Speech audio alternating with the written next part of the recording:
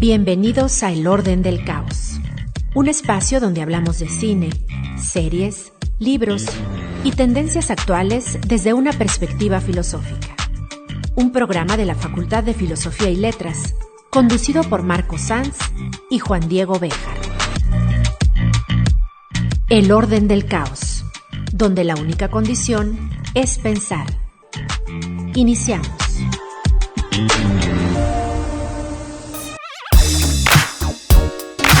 Sean bienvenidos a un nuevo episodio del Orden del Caos. En esta ocasión estoy con el padre César Montijo. Hola, padre. Hola, Juan Diego.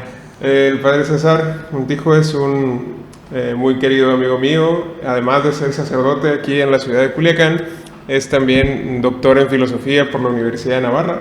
Y pues estoy muy contento de tenerlo aquí para platicar con nosotros de varios temas que te preparé, padre. Muy bien, lanza. Pero en primer lugar, pues hace poco menos de un año, se publicó en formato de libro lo que fue el resultado de tu investigación doctoral. Así es. Y pues quisiera empezar por acá, de que nos expliques la idea de Dios en este autor que es Leonardo Polo, y también desde tu perspectiva, y cómo este ser, entendido desde la filosofía, puede ser también visto hoy por hoy como creador. Muy bien, sí, justamente eso es el centro de mi trabajo de investigación, es la doble vertiente de la creación, la filosofía de la creación en Leonardo Polo, quien es un filósofo español reciente, de hecho murió en 2013, fue profesor de la Universidad de Navarra, y se puede enmarcar, si acaso admitimos que hay corrientes o escuelas o etiquetas para hablar de los pensadores. Yo creo que cada pensador, cada filósofo o filósofo tiene lo suyo. Este pensador se enmarcaría dentro del existencialismo y del tomismo, pero él mismo se calificaba como un tomista rebelde. Okay. La filosofía tomista, como quizás ya lo sabes, tú que nos escuchas, es una filosofía cristiana, una filosofía desde un principio que parte del postulado de la fe y de la existencia de Dios, y sin embargo intenta una demostración razonable sobre la existencia de Dios y de la esencia divina. En este caso, Leonardo Polo hace una aproximación muy diferente, porque no es desde el tomismo, desde la metafísica clásica o de las 5 vías de Santo Tomás de Aquino, sino que él toma la batuta de ese gran cuestionamiento que en el siglo XX nos dejó Martin Heidegger sobre el olvido del ser.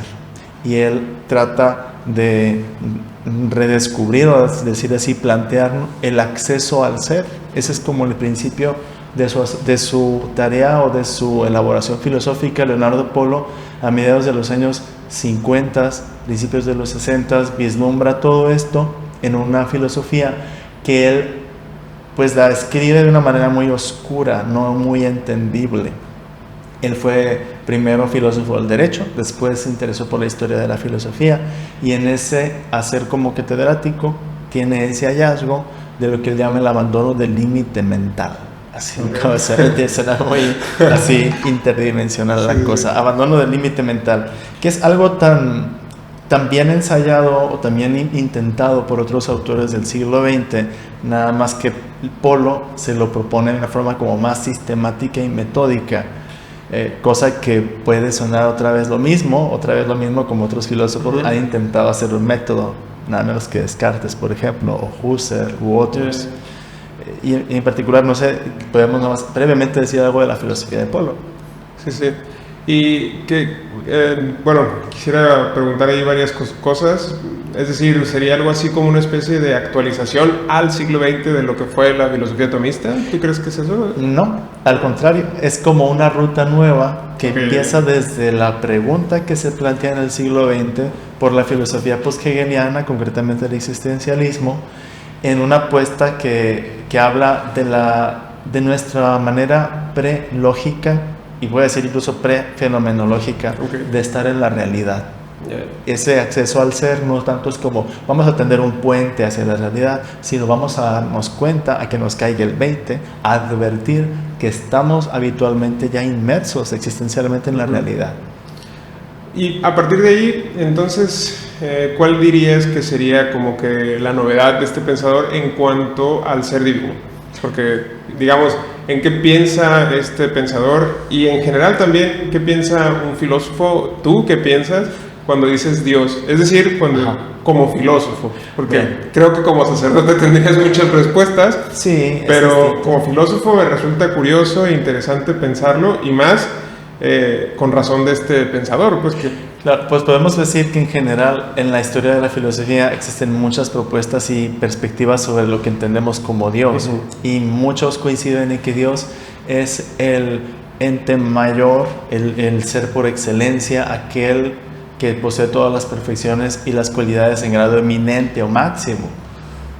Esto es algo constante en la historia del pensamiento, no solo occidental, sino también en el pensamiento oriental, aunque en el pensamiento oriental esto se macla o se fusiona con la idea de naturaleza, el todo, el universo. Es decir, que desde las filosofías de estilo más oriental rige o predomina el pensar en el Dios como el universo o naturaleza, como en la filosofía occidental lo dice Spinoza, por ejemplo. Un Dios que se macla o que se fusiona en teoría con lo que es el orden completo de la realidad. En cambio, la filosofía cristiana habla de un Dios que es coexistente desde un primer momento, un Dios que le deja ser a la creación, pero no la interrumpe y no la doblega ni la manipula. Claro que esto estoy hablando ya de lo propio del pensamiento cristiano, destilado y purificado a través de muchos siglos y años de descubrimiento, aunque eso está en la fuente del cristianismo, en la revelación cristiana, pero ya se toman como un patrimonio filosófico. Dicho de otra manera, que aunque los pensadores cristianos parten del dato bíblico o del misterio de la fe, su reflexión llega a nociones netamente filosóficas para entender el misterio de la fe. Y entonces esas nociones aportan algo original al pensamiento. Pero, a ver, entonces, en la idea de Dios que cristianamente podemos encontrar es muy distinta a la idea de Dios en la filosofía, por ejemplo, presocrática o en la filosofía oriental. Sí. Es decir, estaríamos hablando de un Dios que no es uno con el mundo. Así Eso es. sería un primer dato importante, a diferencia de los panteísmos que comentabas. Y otro, me llamó mucho la atención esto que dijiste de la interacción que tendría Dios con esa realidad en la cual estamos inmersos. Sí. Es decir, filosóficamente podemos pensar en un Dios que interactúe con la realidad y con nosotros, es decir, un Dios con voluntad, un Dios con todas estas características, porque esta idea de un ser trascendental y perfecto y demás también ha sido pensado en el otro sentido, claro. Así como algo totalmente ajeno, que si bien existe y que si bien es la causa del mundo, podría no interesarle para nada el mundo, podría no estar involucrado. Exacto. Y por lo tanto no tendría sentido serle devotos, por ejemplo, ¿no? Es decir, un comportamiento devocional hacia este principio carecería de sentido. O incluso lo pongo más, que soberbios somos los humanos que pensamos que aunque somos una mugre en el panorama del universo, ese Dios le interesa mi historia, mi biografía, incluso mis pecados, ¿no? Ya sería como lo máximo de la soberbia intelectual del ser humano, pensar en que un Dios está pendiente de mí.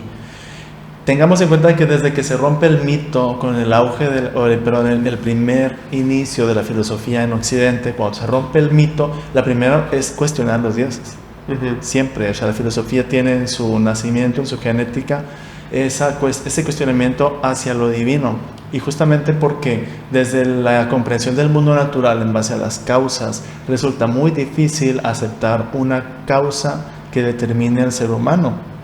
Entonces, o somos libres o existe Dios. Se da esa diatriba, se da esa disyuntiva desde los primeros comienzos de la filosofía cristiana y de la filosofía occidental, aunque los cristianos tenemos ese dato de fe, hay que decirlo, no es un dato hasta ahorita, Polo sí lo propone como un dato de razón. Tenemos el dato de fe que Dios es alguien y no algo, y que ese alguien es respetuoso de nuestra libertad. Y que la relación de Dios con el mundo no es como causa. Y eso es bien importante. Incluso en el dato bíblico se ensombrece esto porque el intelectualismo que predomina en el pensamiento cristiano oscurece esto. Que en la Biblia hebrea, en el libro del Génesis, cuando este libro se traduce al griego, en la época helénica, más o menos en torno a la época de Alejandro Magno, del reino helénico. En la biblioteca, ¿no? De Alejandría. Sí, es de Alejandría y todo esto. Cuando se traduce el libro del Génesis y se habla de que Dios es el origen del mundo, no dice que Dios es causa, sino que Dios es el creador. Y utiliza un término griego, poiein, que es de donde deriva, por ejemplo, nuestro poética, poema, ¿sí? Esa raíz griega, muy distinta a la palabra aitia o causa. Okay. Incluso no utiliza la palabra arge o principio, que es muy filosófica.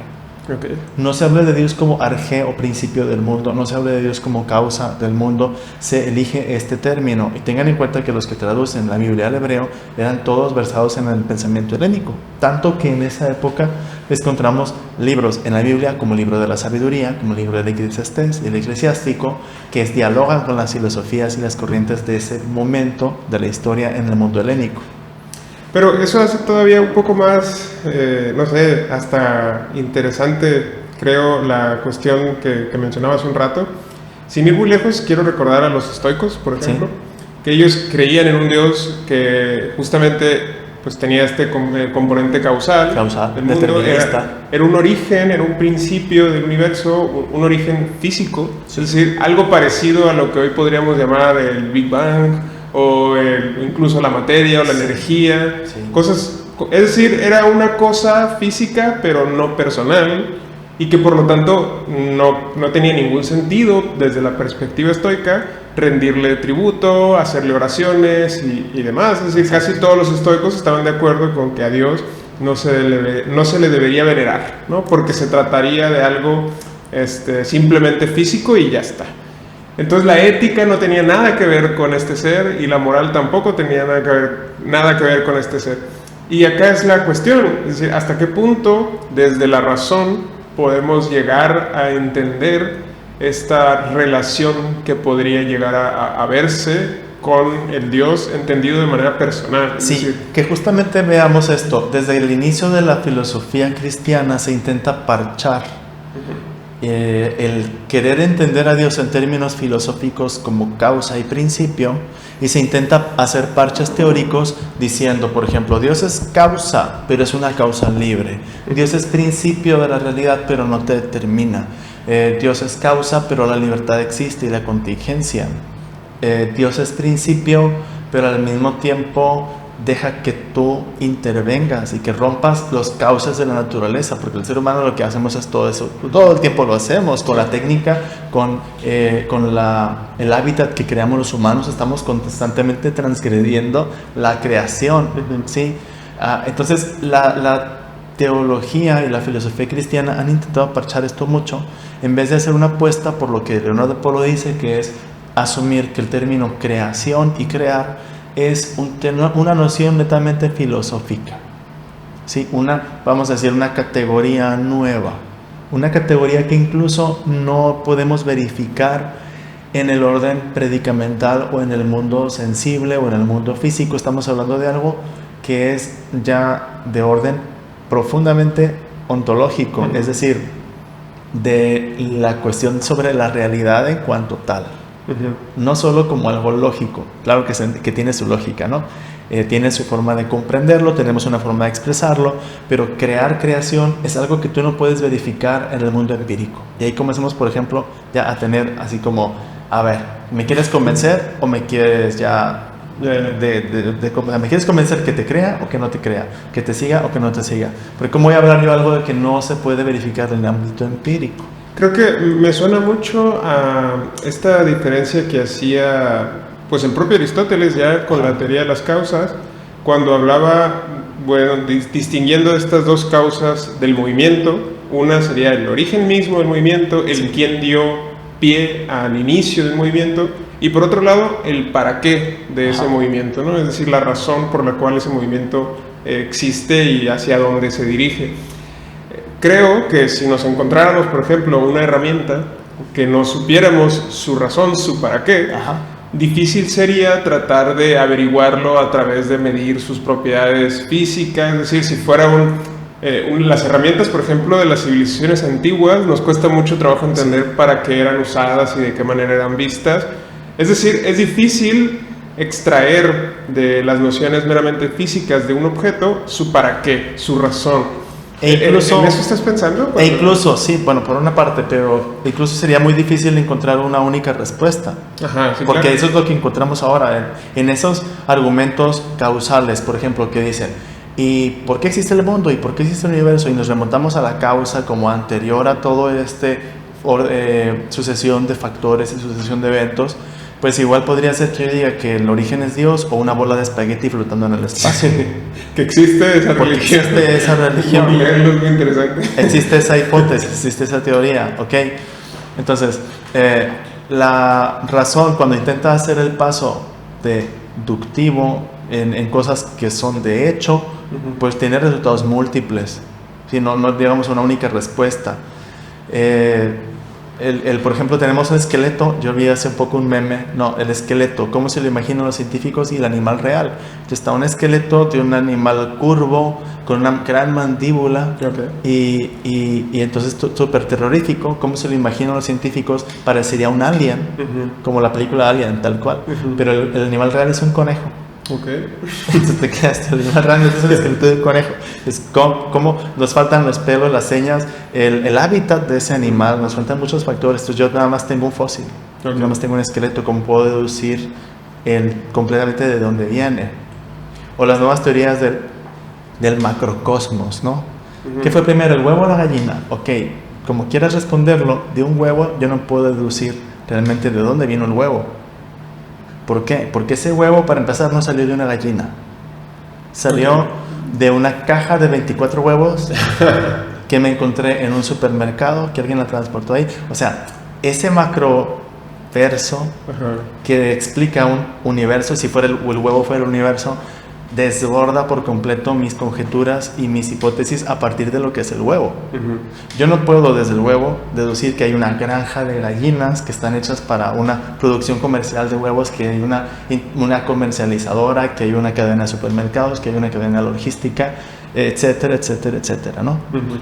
Entonces dirías que ese marco de referencia tan limitado que tenemos, es porque esa es mi pregunta después de tu explicación, es ¿y cómo nosotros podemos saber o tener algo de certeza desde nuestra perspectiva y tener la soberbia, como decías hace un rato? La soberbia de decir que yo soy una bacteria, menos que una bacteria. Yo soy la mugre de la uña de la bacteria.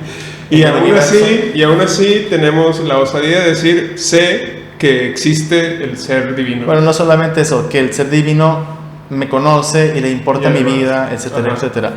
John Lennox, un profesor de Inglaterra, no recuerdo de qué universidad, es un gran defensor de la apologeta, digamos, de los últimos tiempos, desde la filosofía de la ciencia, y dice que para nuestros científicos e intelectuales el gran problema, la gran crisis no es admitir que hay un origen de todas las cosas, sino justamente que ese origen sea una persona o que sea personal.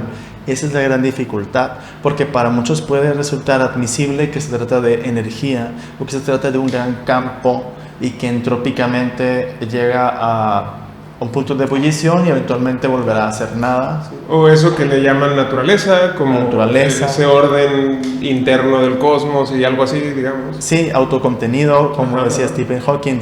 Entonces, eso es admisible, ¿no? Muchos admiten que hay un origen de todas las cosas, pero decir que ese origen de todas las cosas es espíritu y que es personal y que le importamos cada persona, o que es bondadoso, incluso suponiendo todo aquello. Entonces, la aproximación de Leonardo Polo hacia el tema de la creación no es una aproximación causal. Y eso para muchos podría ser, entonces no es filosófico. Lo que él propone y defiende es que crear es una noción racional que se elabora justamente para señalar algo que es único de ese origen de todas las cosas, que obviamente por los datos que tenemos debe de ser un ser que respete la libertad. ¿Por qué? Justamente por el primer argumento contra la existencia de Dios, porque el mal existe. ¿Sí? Entonces, porque el mal existe significa que Dios no interviene, Dios no está manipulando las cosas, o bien es un Dios bien hijo, bien desalmado, o indiferente, o malvado, sí, exactamente. Entonces, y bueno, la aproximación que hace Polo no es hacia el pasado, deduciendo o infiriendo, vislumbrando que Dios está en el principio cronológico, sino que Dios está en el horizonte de futuro del universo y de la existencia personal. Esto es algo que suele también argumentar justo a partir de los textos de Aristóteles, de que este primer motor del que habla Aristóteles no sería necesariamente el origen del movimiento, porque algunos argumentan que Aristóteles de hecho creía que el mundo podría ser eterno. Sí. Que esto es algo que se discute también, hasta Tomás de Aquino discute largo y tendido este gran problema. Sin embargo, en lo que algunos están de acuerdo es que Aristóteles estaría pensando en algo como eso, es decir, que el universo estaría movido por Dios como su causa final, como su finalidad, como su para qué. Y desde esa perspectiva, Dios no tendría por qué haber sido el origen, es decir, el que diera el pistoletazo de salida de la realidad o de la materia o de nosotros, sino que solamente sería la razón por la cual nosotros nos estamos moviendo hacia una determinada dirección, digamos. Sí, como el horizonte de llegada. Ajá. En esto hay una resonancia hegeliana, no lo puedo negar, en este autor, Leonardo Polo. Algunos lo emparentaron al principio, dijeron, esto es Hegel. Como el absoluto y todo esto. De Dios, no en el pasado, sino Dios como aquel hacia donde avanza con una direccionalidad en la realidad que es finita. ¿Sí? Él considera que el neoplatonismo nos afectó mucho en el pensamiento cristiano, porque el neoplatonismo considera a la criatura como una disminución respecto a Dios. Dios es la plenitud, la criatura es una versión menguada, una versión carente, disminuida, caduca de lo que es Dios, que es eterno, que es perfecto. La criatura es temporal, es imperfecta. Dios es espiritual, la criatura es material. Entonces, esta jerarquía impide ver que lo propio de ser contingente, según Polo, es crecer, es avanzar. El universo, la finitud que podemos constatar en el universo, es una finitud creciente, es una incompletitud. Se está desarrollando el universo, está en movimiento. No estoy hablando ahora de que si se expande, si oscila. Hay muchos modelos, digamos, en lo teórico de la física y de la cosmología especulativa, pero lo cierto es que se mueve, lo decía Galileo. O sea, sin embargo, se mueve. Ok, esto me lleva a una pregunta que también creo que es muy interesante, ¿no? Teniendo pues eso con nosotros a un sacerdote que además de ser sacerdote es un filósofo de alto nivel. Mi pregunta es, ¿cómo concilias o cómo vives de acuerdo con esas dos realidades que imagino en tu caso no son realidades contrarias ni contradictorias? La pregunta acá es, durante muchísimos años, durante toda la Edad Media, la filosofía era considerada la sierva de la teología, Sierva de la teología. Una esclava de la fe. Ajá. Y por lo tanto, podemos asumir que se tenía una idea de que la razón tenía que doblegarse ante la revelación, tenía que doblegarse ante la fe.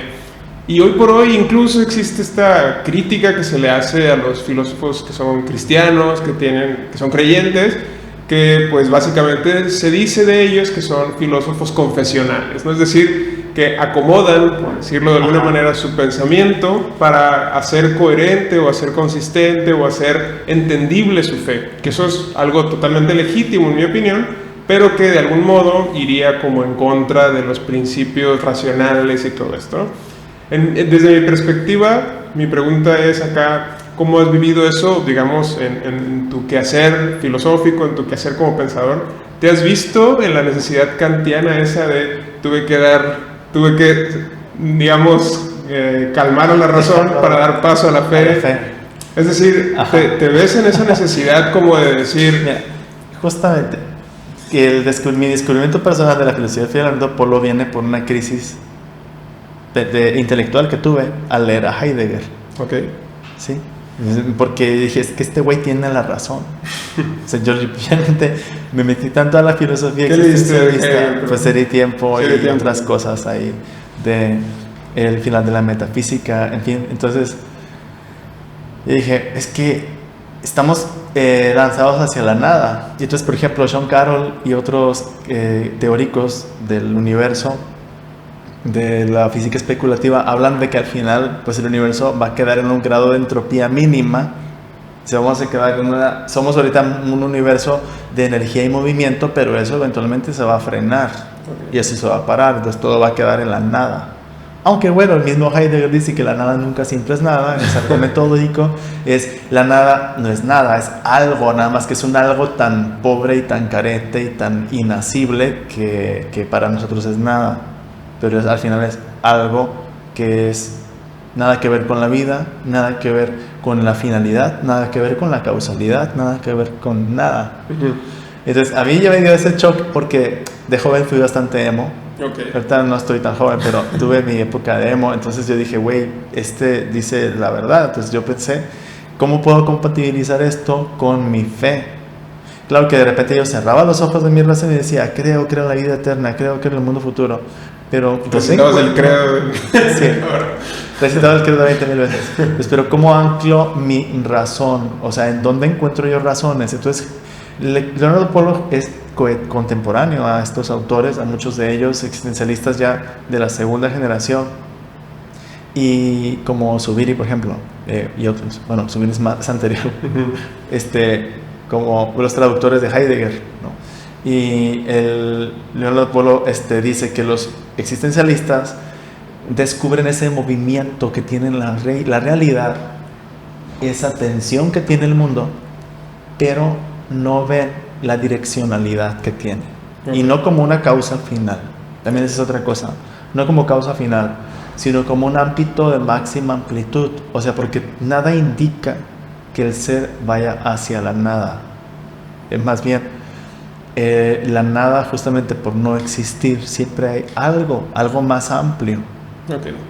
El huevito, el huevito que hemos pensado que era el universo, ¿no? Hay un TED Talk de Sean Carroll que es muy bueno, que habla del huevo.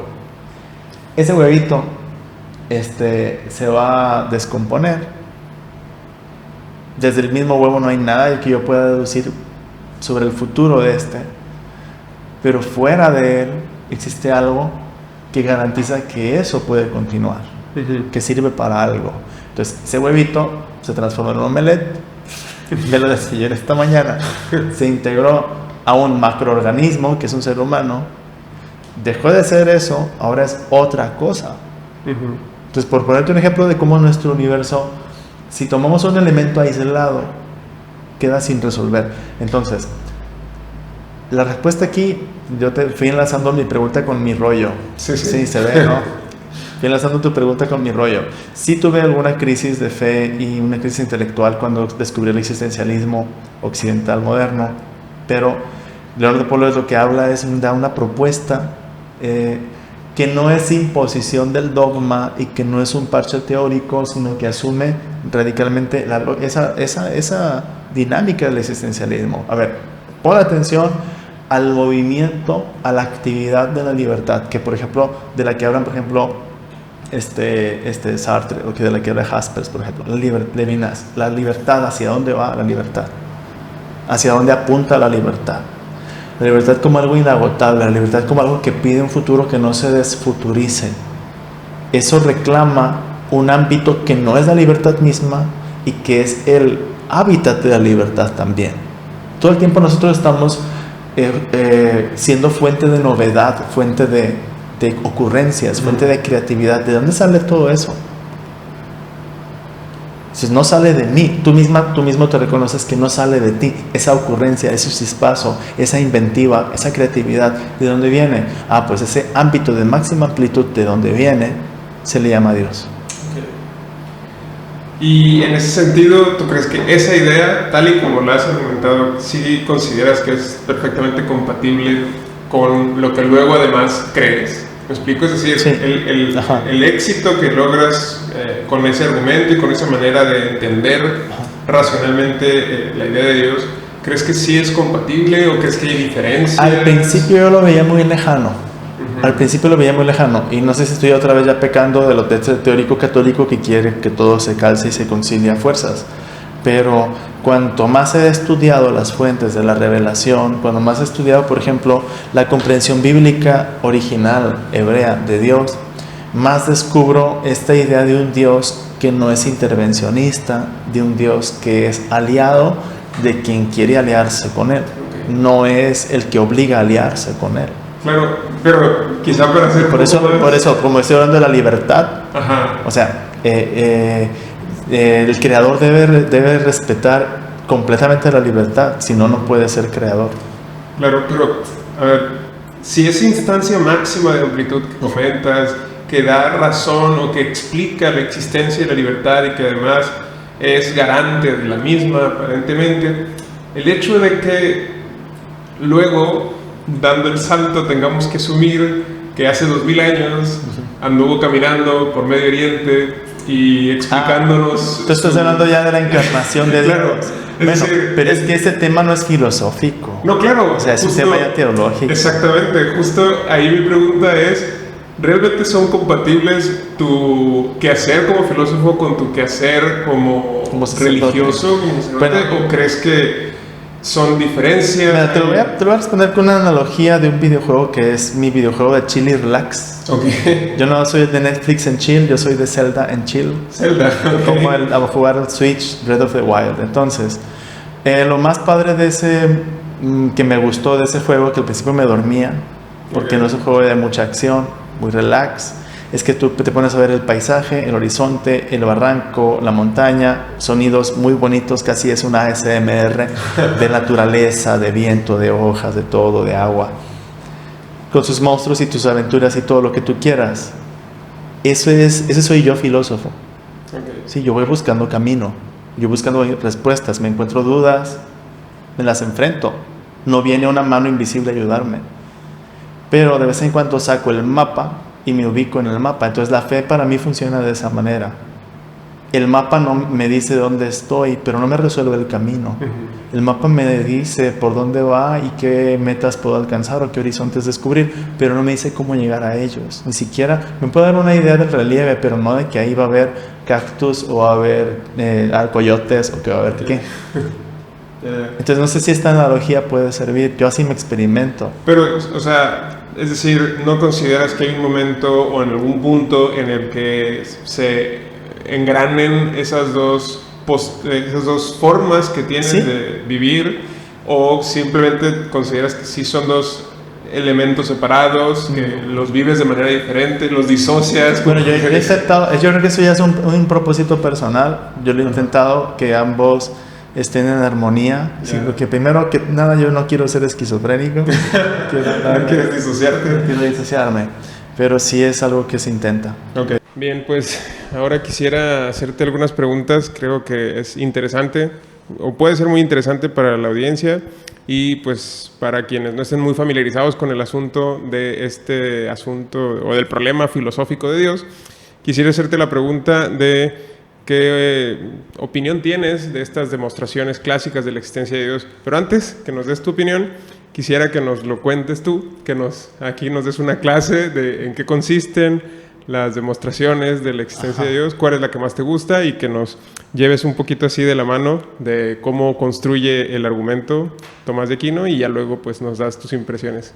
Sí, estábamos comentando que en la filosofía se parte de la búsqueda de las causas. Entonces, los filósofos creyentes han aprovechado este recurso para remontarse a la causa primera y última de todas, pensando que a eso le llamamos Dios. Y justamente esa es la conclusión de todas las demostraciones o argumentos famosos de Santo Tomás de Aquino, que son las 5 vías. Que aparecen así como muy de repente, ¿no? En la suma, que nos da la avienta de sopetón. Yo no lo veo tanto, ¿no? Porque bueno, si entendemos la metodología que él tiene, incluso es lo primero, porque él primero va a ser una exposición de toda la teología o la ciencia sagrada. Entonces el primer punto a demostrar es si existe, si hay materia de investigación. No tendría caso desarrollar una teología en base a solamente creencias. Por eso es razonable presentar como un hecho que Dios existe. Nada más lo interesante es que Tomás de Aquino no concluye sus demostraciones diciendo este es Dios o así encontramos que Dios existe.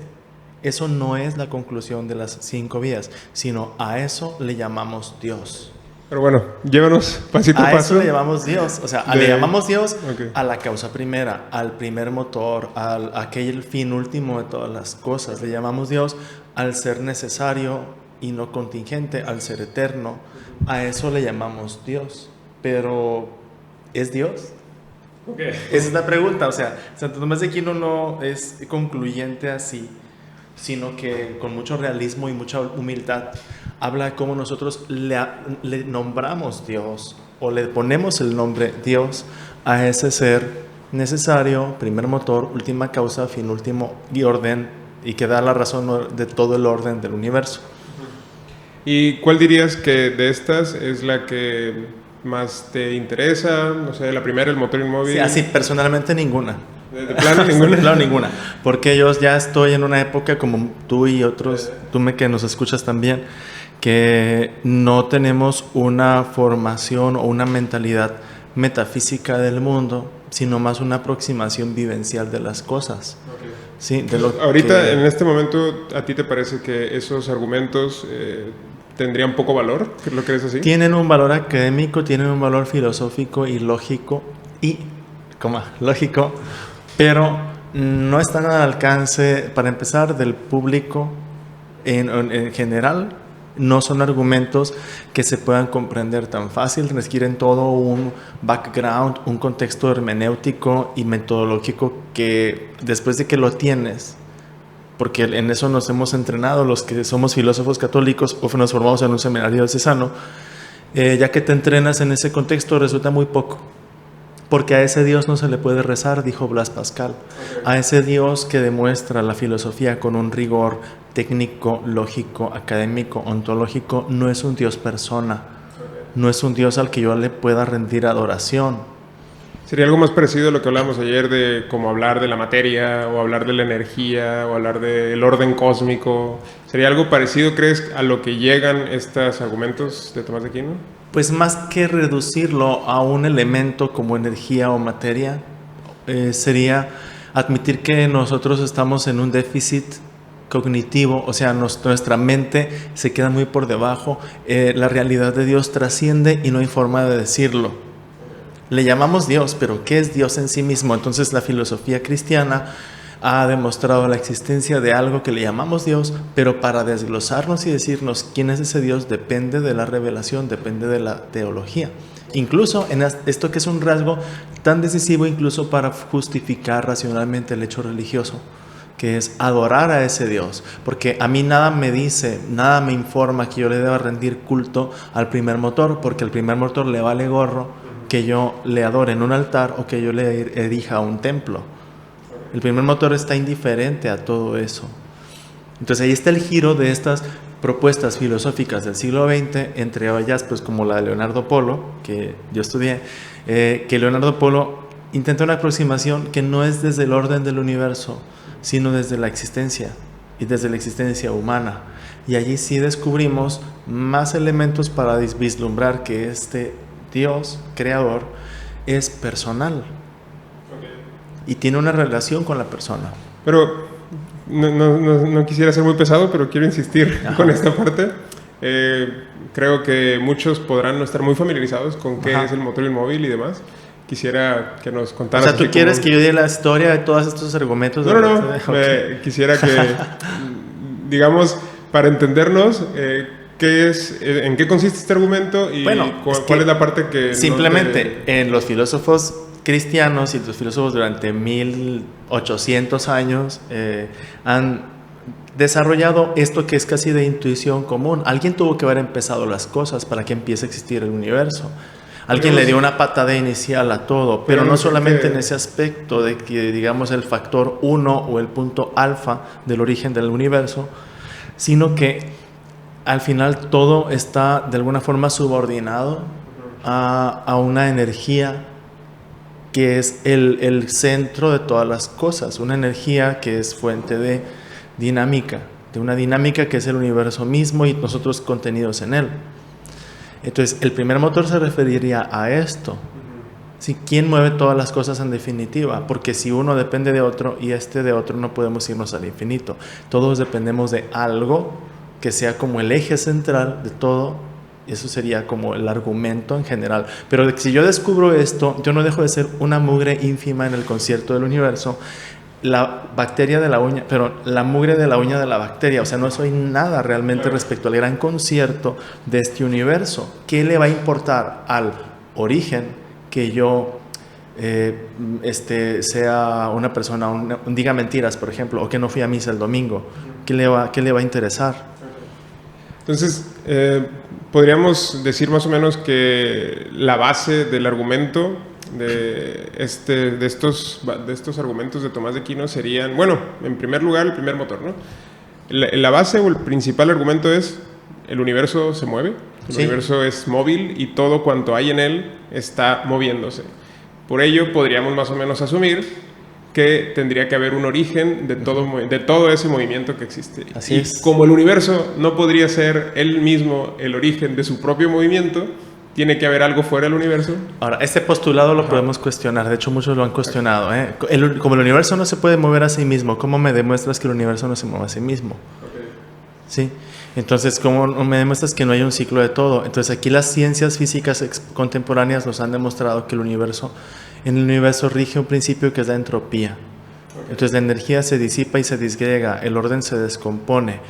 Entonces, el universo realmente nunca se ha bastado a sí mismo.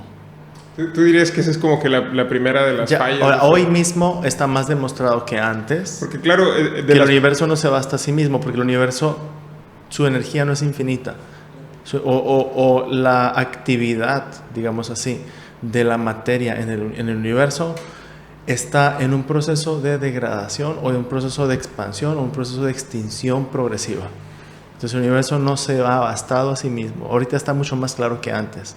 En tiempos anteriores, digamos medio siglo o un siglo antes, podíamos haber argumentado, ¿y por qué no? ¿Y por qué no se basta a sí mismo el universo? Ahora hay muchas evidencias de que el universo no es lo único que existe, pero no podemos demostrar que existe más allá del universo. Pero aún así, digamos que el dogma, digamos, fundamental de la física newtoniana, que yo creo que es ¿no? De que un sistema tiene que tener como que un impulso externo para poder que cambie su orientación, su movimiento, su dirección, su energía. Y en ese sentido podríamos pensar que el hecho de que el universo haya, pues eso, empezado a moverse, es una señal de una actividad de algo distinto o ajeno o trascendental.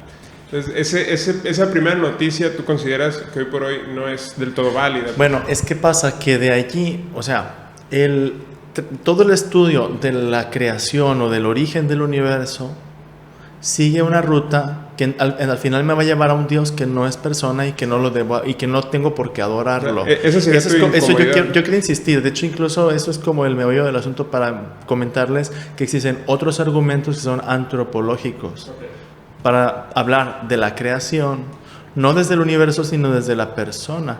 O sea, ¿tú dirías que los argumentos estos físicos no son tan... Son concluyentes, son demostrativos de que hay algo más que el universo y de que es necesario un macro, un horizonte, no digo multiverso, macroverso, o sea, un horizonte más amplio que nuestro universo. Si pensamos que nuestro universo fuera como un huevo, pues ese huevo salió de algo y no tiene por qué ser la gallina, o sea, la gallina flotando en el espacio. Porque nosotros generalmente, como comentaba hace unos minutos, los huevos no los sacamos de las gallinas, la gran mayoría de la gente los saca del refrigerador. Entonces, desde el huevo tú no puedes deducir que hay refrigeradores, ni que hay una industria de productora y que hay un arte culinario y que los huevos son para el consumo humano. Entonces, esto es lo que nosotros estamos en el ámbito de la especulación sobre el origen de nuestro universo.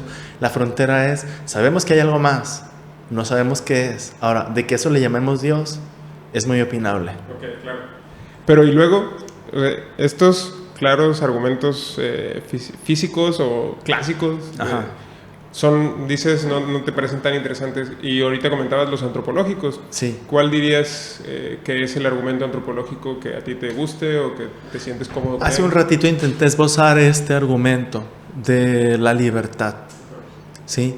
Nosotros los seres humanos no nos movemos en el ámbito físico. Existe algo que emerge o que se manifiesta, como lo quieras interpretar, porque una cosa es decir que emerge, o sea, sale, despunta, y que son unas coordenadas que no son físicas, y eso es lo espiritual, lo que llamamos filosóficamente el espíritu. Los seres humanos, por ejemplo, nos rompimos la ley natural por razón de ser humanos. O sea, los seres humanos tenemos un cuerpo desespecializado, no tenemos garra, ni colmillo, ni trompa, o sea, nuestro ser físicamente, morfológicamente está desespecializado y requiere de la intervención de algo que no es lo físico, y eso es lo espiritual. Entonces, ¿de dónde viene lo espiritual si no es algo del mundo? Entonces, eso ya te pone directamente de cara a un ámbito que no es lo físico, pero que está en donación, o sea, se está donando hacia nosotros que estamos inmersos en este ser anfibios, porque somos anfibios de que estamos en el mundo corpóreo, y también desde esa dimensión que no es corpórea, no es material, no es física, que es lo espiritual. O sea, dirías tú que, ¿cómo explicamos la libertad? Exactamente. Por ejemplo, la libertad es una manifestación de esto. Otra puede ser con la capacidad de conocer, típicamente humana, que se salta las categorías de lo cognitivo, conductual, animal. La capacidad de amar también que tienen los seres humanos, o de donación, y también de coexistencia o comunión. Estas 4 notas son justamente las que Leonardo Polo apunta, que él le llama los trascendentales personales. Y en la tesis, que ya se publicó, mi tesis, ahí expongo por primera vez en estos 4... que puede decir como 4 vías. Sí, desde Leonardo Polo, desde la existencia del ser humano, se puede hablar de vías para vislumbrar la existencia de Dios. Eso es bien importante, porque la existencia de Dios no llega a ser evidencia racional. No llega a ser evidencia racional porque esto pues sería algo deductivo, sería algo necesario, así con matemático, conclusivo, y no es así. El argumento no tiene una conclusión, digamos así, aritmética, de certeza matemática, lógica, sino que tiene una certeza así, incluso de otro tipo, que es de una certeza que proviene, primero que todo, de centrar tu atención en la existencia misma de nosotros, los humanos, o de las personas, concentrar esa existencia como algo abierto. Y esa es la clave, algo abierto a algo que en correspondencia tú vislumbras. O sea, por ejemplo, si yo soy espíritu, es lo primero, pues ese otro ámbito debe ser un ámbito espiritual. Eso es lo primero, un hábito no físico. Me recuerda mucho a esta discusión que ha habido sobre hasta qué punto o en qué momento podrían las inteligencias artificiales ser consideradas algo así como seres humanos o personas o algo equivalente. Y en muchos casos, muchos investigadores dicen que una de las cosas que caracteriza al modo en el que actuamos los seres humanos es que actuamos de acuerdo a ciertos fines o a ciertas finalidades.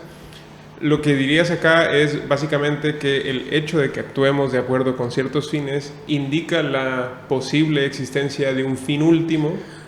Pero otra vez estaríamos reduciendo el argumento. Ya te estoy haciendo la radiografía aquí, mi estimado. No podemos reducir esto a un argumento de nuevo tipo tomista. ¿Por qué? Porque el ámbito que consideramos creador no limita a la criatura. Si realmente es creador, él es libre y la criatura también es libre. Sí. No, aunque él, por ejemplo, el creador te pueda garantizar a ti la inmortalidad, porque él puede hacer que sobreviva tu espíritu, y aunque tu cuerpo se corrompa, él no te va a obligar a eso, porque estaría en contra de su dinámica de creador. El creador no es causa. Eso que yo les comentaba hace un momento, te comentaba que la Biblia no habla de causas. Si hablamos de causas, llegamos a un motor inmóvil. Si hablamos de causas, llegamos a un Dios al que no se le puede adorar. Aquí se habla de un otorgamiento. Y no es nada más un cambio de términos, no, es mucho más. Porque cuando tú mismo lo ves, en esta argumentación de Leonardo Polo, él dice, él nos pide, concentrar la atención en la existencia humana, cuál es esa tensión o ese empuje que lleva. Esto lo toma un poquito de Heidegger. Heidegger y otros existencialistas hablan de la existencia humana es un proyecto. Todo ser humano está existiendo y tiene un impulso hacia adelante, podríamos decirlo, su existir. La vida misma lo lleva, biológicamente lo lleva. Uniéndome a la pregunta de las inteligencias artificiales, estamos hablando de una nueva generación computacional a la que le denominamos inteligencia artificial o computadoras de nueva generación, pero inteligencia antes tienen que ser vida artificial y no hemos logrado vida artificial. Y la vida es la capacidad de una entidad de ser fin para sí misma, la inmanencia. Hasta la más mínima célula viva de una bacteria o de un hongo tiene inmanencia. Es fin para sí misma. Como decía Richard Dawkins, es egoísta, es egocéntrica. Hasta ahorita las inteligencias artificiales sirven para los fines que la misma inteligencia se propone o que otros le imponen, pero no es fin para sí misma. O sea, no hemos encontrado una inteligencia artificial que engendre inteligencias artificiales. Entonces sí empezaríamos a hablar de vida artificial. Claro, cuando ella... O que quiera perpetuarse a sí misma, o que se defienda de ataques y agresiones. Ahí estaremos hablando ya de vida artificial. Claro. O sea, ahorita todavía los fines que tienen se les son impuestos. Son extrínsecos. Y en ese sentido, por eso el creador no puede ser causa final, porque nos estaría imponiendo a nosotros un fin. En todo no seríamos libres. No seríamos libres, por tanto. O sea, sí, oye, eres libre, pero te conviene elegir lo que yo te digo que elijas. Ah, qué tan libre soy, ¿no? En cambio, aquí estamos hablando de vislumbrar a Dios, sí, como un horizonte, como un destino al cual tú te orientas, porque te descubres en Él tu fuente. Sí, descubres en Él la fuente de, por ejemplo, de la creatividad, la inventiva. Ese es un asunto que no se explica por factores físicos. La inventiva es algo que irrumpe en la historia, que rompe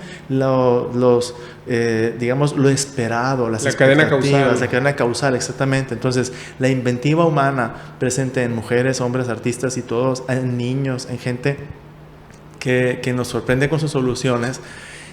¿De dónde sale eso? ¿De dónde sale esto? Esta singularidad, pues, del invento de alguien. Entonces, ese es el argumento, o sea, hay algo más. Y muchos argumentarían ahí que una respuesta válida para esa pregunta que dices, ¿de dónde salen estas cosas para las cuales no tenemos una explicación clara? Para muchos, y en general para la ciencia, suele ser una respuesta válida el decir no sabemos, y eso es suficiente, sí. el decir no sabemos cuál es la causa, no sabemos por qué, no sabemos explicarlo, y no por eso tenemos que dar una respuesta. ¿Cuál dirías tú que sea la razón por la que crees que es válido o correcto o legítimo dar la respuesta, dar el siguiente paso y decir es probable o es cierto que un ser de estas características, es decir, Dios, es el responsable? Bueno, aquí hay un indicio que es empíricamente comprobable, que es el principio antrópico, aunque algunos piensan que es algo ideológico o a posteriori, pero vaya, o sea, como si la ciencia no fuera inductiva, ¿ok? O sea, no podemos nosotros desprestigiar algo porque sea a posteriori, si la ciencia muchas veces se basa en inducción, es decir, a partir de hechos sacas una conclusión.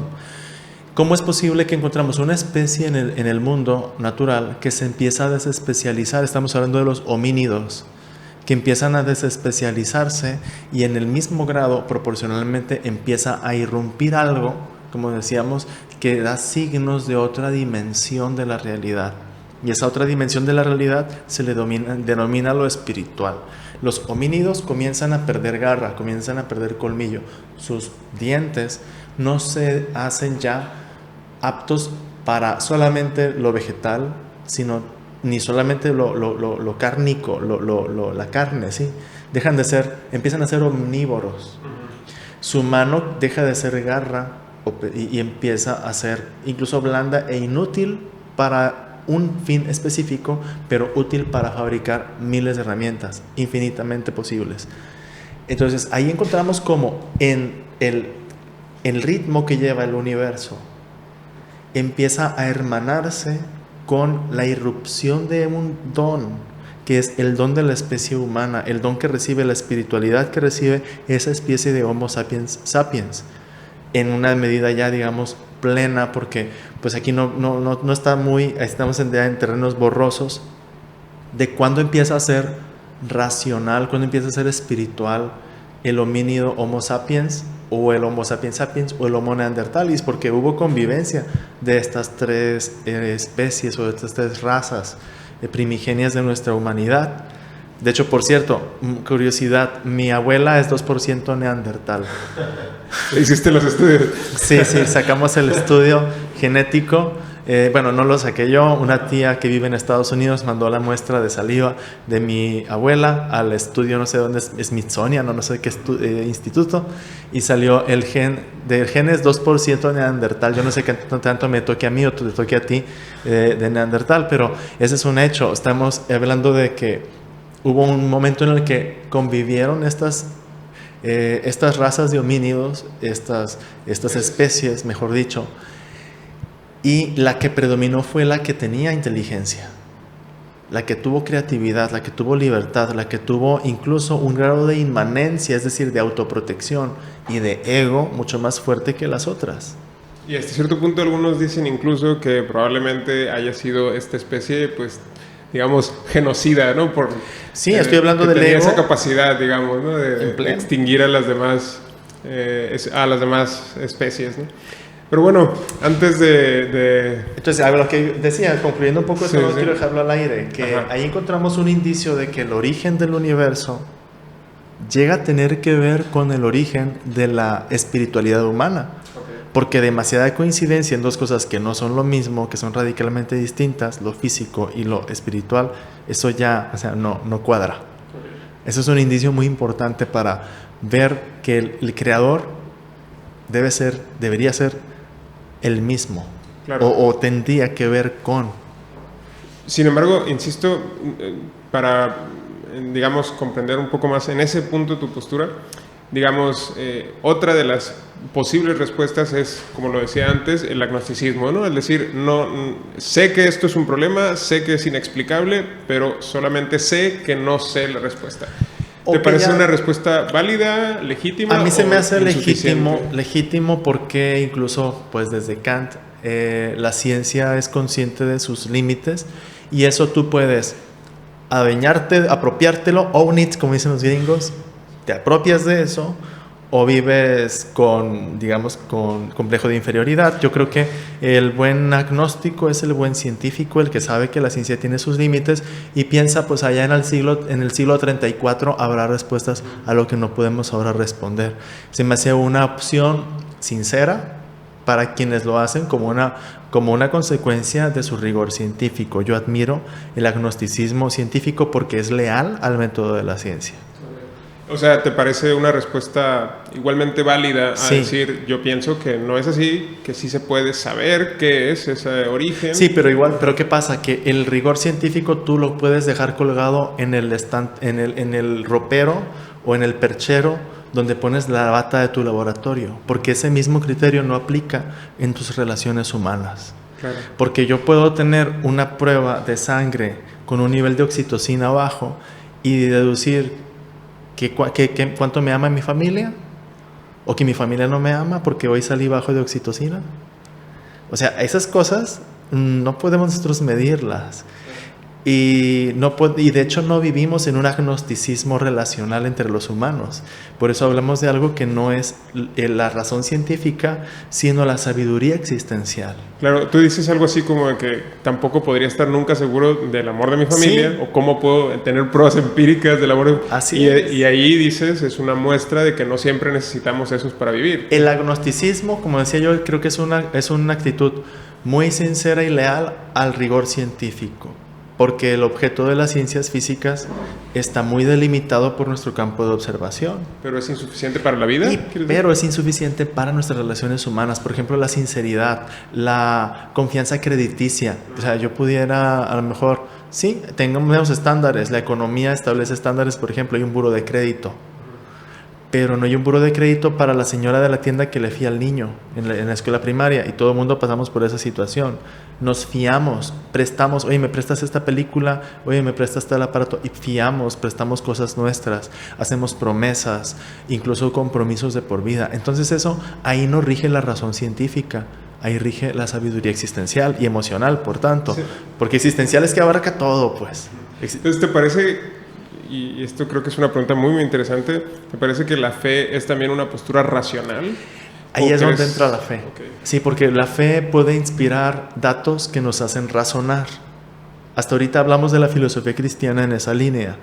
Y lo que se está redescubriendo, sí, sobre todo a partir de Benedicto XVI y el Papa Francisco, ya Juan Pablo II hizo bastante, pero estos últimos dos papas ya no te digo, en el ámbito católico, nos han motivado a redescubrir la aportación de la fe cristiana al concierto y al diálogo de las ciencias y de la academia, va en la línea de la sabiduría existencial.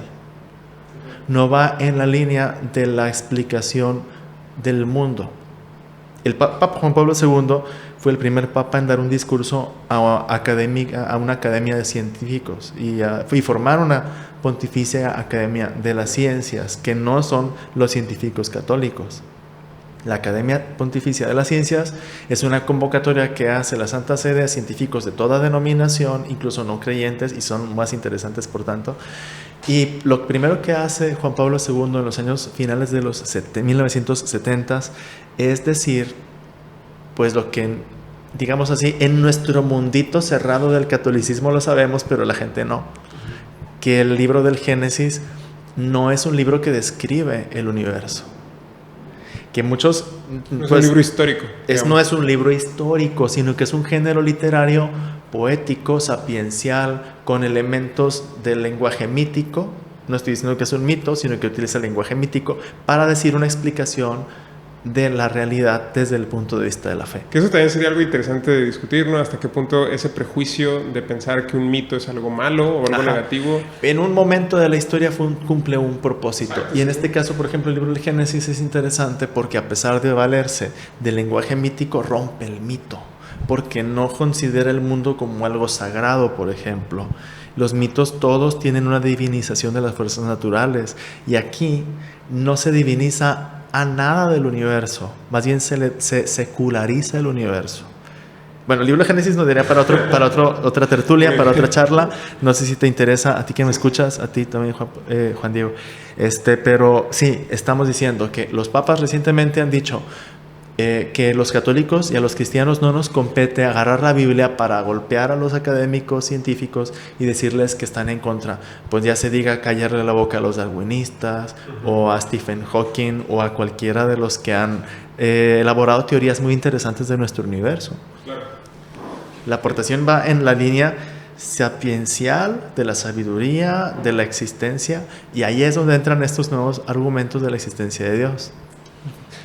Por último, quisiera también hacerte una de las preguntas estas de las muchas paradojas que hay por ahí sobre, por ejemplo, la idea de... Esta es una paradoja muy típica, ¿no? De que el hecho de que si Dios es omnipotente, podría, en teoría, fabricar o crear de la nada una cosa, un objeto que fuese tan pesado que no pudiera levantarlo ni siquiera él. Eso implicaría dos cosas. Si realmente puede hacerlo y producirlo y no lo puede levantar luego, significa que ahí ha perdido la omnipotencia, sí, porque no puede levantar ese objeto. Y si por otro lado él no puede fabricar un objeto que él no pueda levantar, significa que hay algo que no puede hacer y que por lo tanto tampoco era omnipotente en un principio. Esta paradoja o este juego o este malabar mental es uno de los que se usan para hablar de lo absurdo que es la idea de Dios. La idea de un Dios omnipotente. Exactamente. Entonces, ¿qué piensas de este tipo de argumentos? Bueno, este argumento, para empezar, es una aporía, si es un callejón sin salida y construido con una lógica bastante rigurosa. Hay muchas formas de resolver las aporías, pero en todas ellas es abrir un camino distinto a ese sistema que has trazado, pero no siendo transgresor ni deconstructivo. Porque yo podría decir, la lógica es miren, no sirve para nada, o cállense impíos, ¿no? Eso no estoy, yo estoy aquí. Haz de cuenta que agarré el laberinto, como si fuera esta aporía, un laberinto. Yo agarré el laberinto y lo troné con una bomba, ¿no? Entonces, a mí me gusta una solución de las aporías, y otra vez me acuerdo del juego de Zelda. Yo soy muy que hay en un de los clásicos ya de Zelda, esta Ocarina of Time. Tienes una primera de las misiones, pasas por un pequeño laberinto en el bosque, un laberinto que es así como un jardín con, no sé si muros o lo que sea, Y entonces, con gigantes, si es un poquito cauteloso, tienes que ir como buscando la salida. Y cuando al final superas el laberinto y tienes que regresar, dices, ¡oh, qué flojera! Tengo que pasar el laberinto otra vez. Y no, te encuentras que hay una escalera. Y te subes a la escalera y ya pasas pues, el laberinto por arriba del laberinto. Entonces aquí yo creo que nos conviene tomar una perspectiva distinta a la del planteamiento de la aporía. Y el planteamiento es el siguiente, que la idea de Dios que construimos no coincide con la realidad de Dios al que se refiere, por ejemplo, la fe cristiana. Entonces habría que cuestionarnos si nosotros hemos construido una idea de Dios insostenible, porque en este caso esa aporía obedece a una idea de Dios que es insostenible, o si nos atrevemos a ver, como a levantar la ventana y asomarnos a lo que nos proponen, por ejemplo, ponle tú que sea, o sea, yo estoy hablando ahorita como pensador libre. La fe cristiana nos propone un relato. ¿Sí? Para mí es verdad. Él se sustenta en algo verdadero.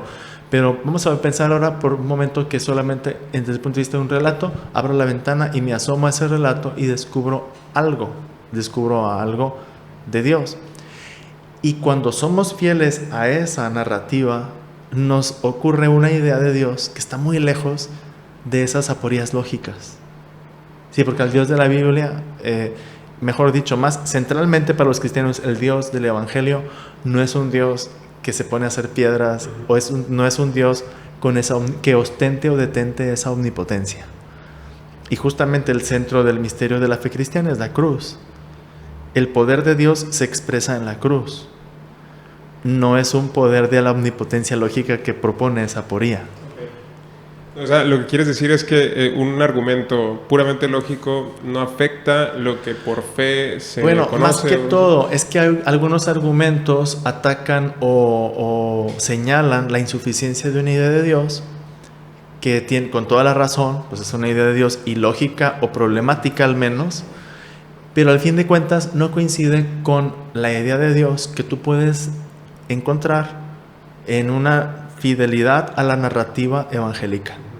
O sea, en la narrativa del Evangelio no se habla de un Dios como el que tú me estás hablando.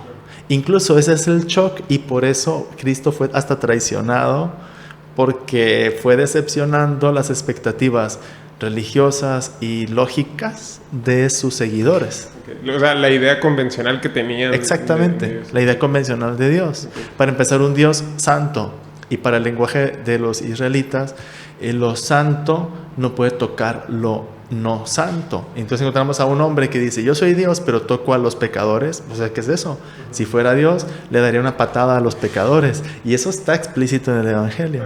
Entonces, no quiero ahorita predicar, no estoy aquí aprovechando esta tribuna. Entiéndanme, solamente es para decirte que no son proporcionales esas dos figuras. Que simplemente la idea de Dios, que muchas veces se cuestiona y que se purifica, y qué bueno que sucede en la filosofía, que cuestionamos muchas ideas sobre Dios, nos conviene hacerlo para volver a asomarnos a la narrativa del Evangelio y descubrir ahí otra cosa. O sea, no estamos realmente atacando al Dios del Evangelio. Y bueno, hay críticas al Dios del Evangelio, Nietzsche pone algunas. Exacto. Sí, de hecho, justo quisiera traer a colación una de las más interesantes, en mi opinión, que esta no es una crítica, de hecho fue una discusión muy legítima que se tuvo en toda la Edad Media. Muchos filósofos y teólogos de la Edad Media discutían sobre esto, y es hasta qué punto esta libertad de la que hablabas que Dios tiene, hasta cuáles son sus límites o si no tiene límites. Y esto implica, por ejemplo, en qué consiste el bien. Y muchos teólogos decían, no, bueno, el bien es aquello que Dios quiere. Uh-huh. Y por lo tanto, si Dios quisiese hacer el mal, ese mal ya no sería malo, sino que sería bueno porque Dios lo quiere. Ajá. Entonces, y por lo tanto, Dios no está sujeto o limitado a un bien absoluto o a un mal absoluto, sino que estos más bien dependen de la voluntad divina. Mira, justo me acabo de leer un capítulo, estoy leyendo la parte de la filosofía renacentista de Frederick Copleston, que es un clásico de la historia de la filosofía, muy recomendable. Y él comenta que esas críticas o mejor dicho, Esas argumentaciones de que el bien y el mal dependen de los que Dios quiera, y que si Dios quiere que tú deshonres a tu padre y a tu madre, entonces eso sería el mandamiento porque Dios así lo quiere, tienen un contexto que es la crítica al intelectualismo.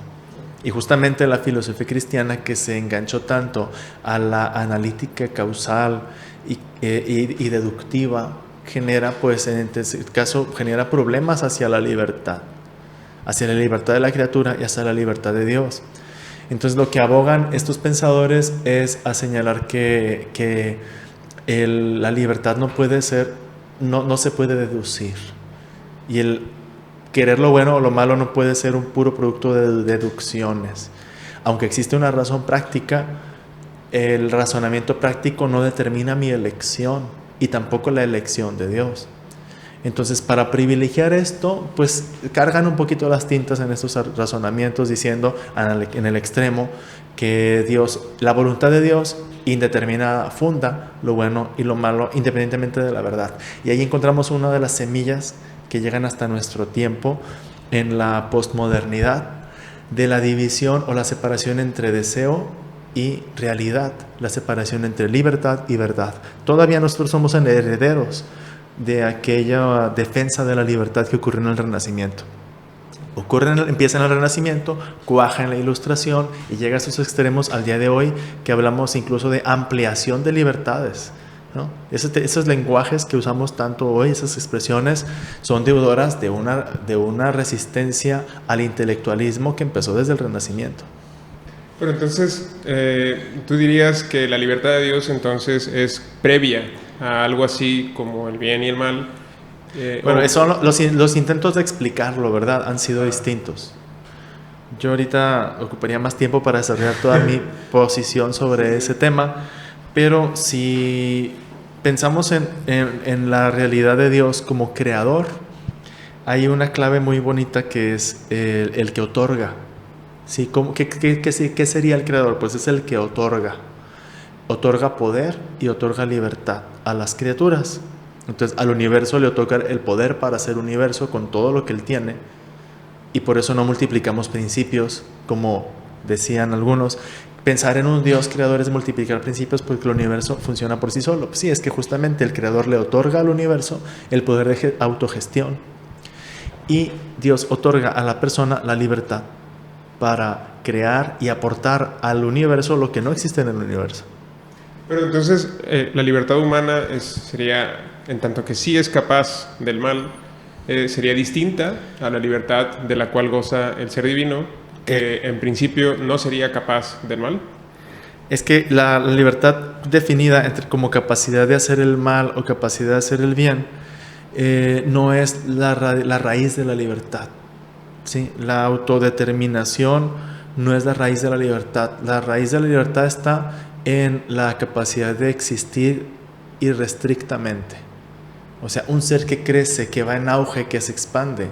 Eso incluso románticamente es la libertad. Y entonces cualquier cosa que a mí me hace interrumpir o dejar de crecer o me entorpece, entonces sería un desaprovechar ese recurso de libertad. Y ahí viene la definición de lo bueno y lo malo. Claro, lo que quieres decir es que actuar de manera moral, es decir, actuar bien o actuar mal, no son cosas que estén en detrimento del ser libre, quieres decir. No, incluso son ejercicios de la misma libertad. Por eso la libertad es redimible, por eso el pecador puede ser perdonado, por eso es posible la conversión, porque no destruiste tu libertad, estuviste aprendiendo. O sea, puedes recuperarte del error con un aprendizaje y sigues creciendo. Tu libertad sigue siendo libertad, porque la raíz de la libertad es ese crecimiento irrestricto. Visto así, entonces la moral no se impone desde fuera, y la autonomía de la libertad tiene su razón de ser desde dentro, ¿sí? No desde fuera. O sea, dentro del fenómeno o de la capacidad o de la libertad misma no habría o no tendríamos por qué adjudicar ahí categorías morales necesariamente. Ya lo moral viene después, ya lo moral son estándares que nos ayudan a ahorrar tiempo y mucha reflexión. Los estándares morales crean comunidad, crean facilidad para decidir y educan también y forjan y defienden a los débiles, como dicen muchos pedagogos y filósofos. Entonces, visto así la libertad desde su raíz, no podríamos plantearnos si Dios puede hacer el mal. porque significa algo contradictorio en sí. Dios no puede dejar de ser plenitud, porque Dios es plenitud. Y nosotros que somos libertad creada, estamos en vía hacia ser plenos. Pero esta expresión, porque creo que es a lo que te refieres, esta expresión cuando la decimos, Dios no puede hacer el mal, parecía que estuviéramos admitiendo algo, una incapacidad de Dios. Pero realmente sí, es un atributo positivo. Okay. Nuestra expresión es negativa. Okay. Entonces ahí no estamos delante de algo. O sea, cuando yo digo no me gusta la caca, digo algo muy bueno de mi gusto. O sea, digo que tengo muy buen gusto. Okay. Esa es la cosa. La expresión es negativa, pero es un atributo positivo. Bien. Entonces acá por eso no son contradictorias la libertad y la moral, por decirlo de alguna manera. No son. Es que está en cómo lo planteamos. Claro que hay propuestas moralizantes y extremas que no respetan la libertad, que no respetan la interioridad humana, que son extrínsecas, que son impositivas. Eso ha existido en toda la historia. En todos los regímenes, incluso los más modernos y los más actuales, sigue habiendo imposiciones moralizantes. En el terreno teórico, en la reflexión, como estamos hablando ahorita tan tranquilamente, en su raíz la libertad es expansión potencialmente infinita, un mundo de posibilidades.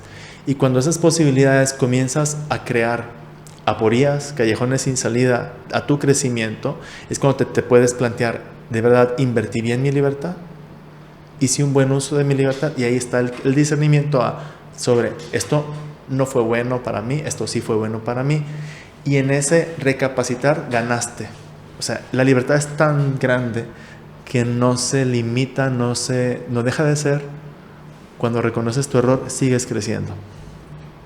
Padre, pues estamos muy contentos de haberte escuchado. Te agradezco mucho haber aceptado la charla.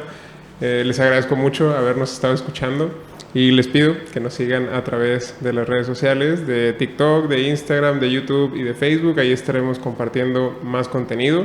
Y de nuevo te agradezco, Padre. Gracias. Espero que te lo hayas pasado bien. Yo me lo pasé muy bien. Yo divertido, muy divertido. Y pues nos veremos en una próxima ocasión. Muchas gracias.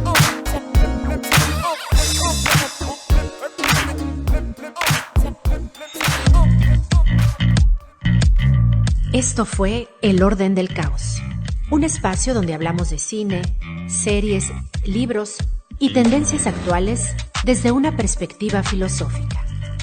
Un programa de la Facultad de Filosofía y Letras, conducido por Marco Sanz y Juan Diego Béjar. El Orden del Caos, donde la única condición es pensar. Hasta la próxima.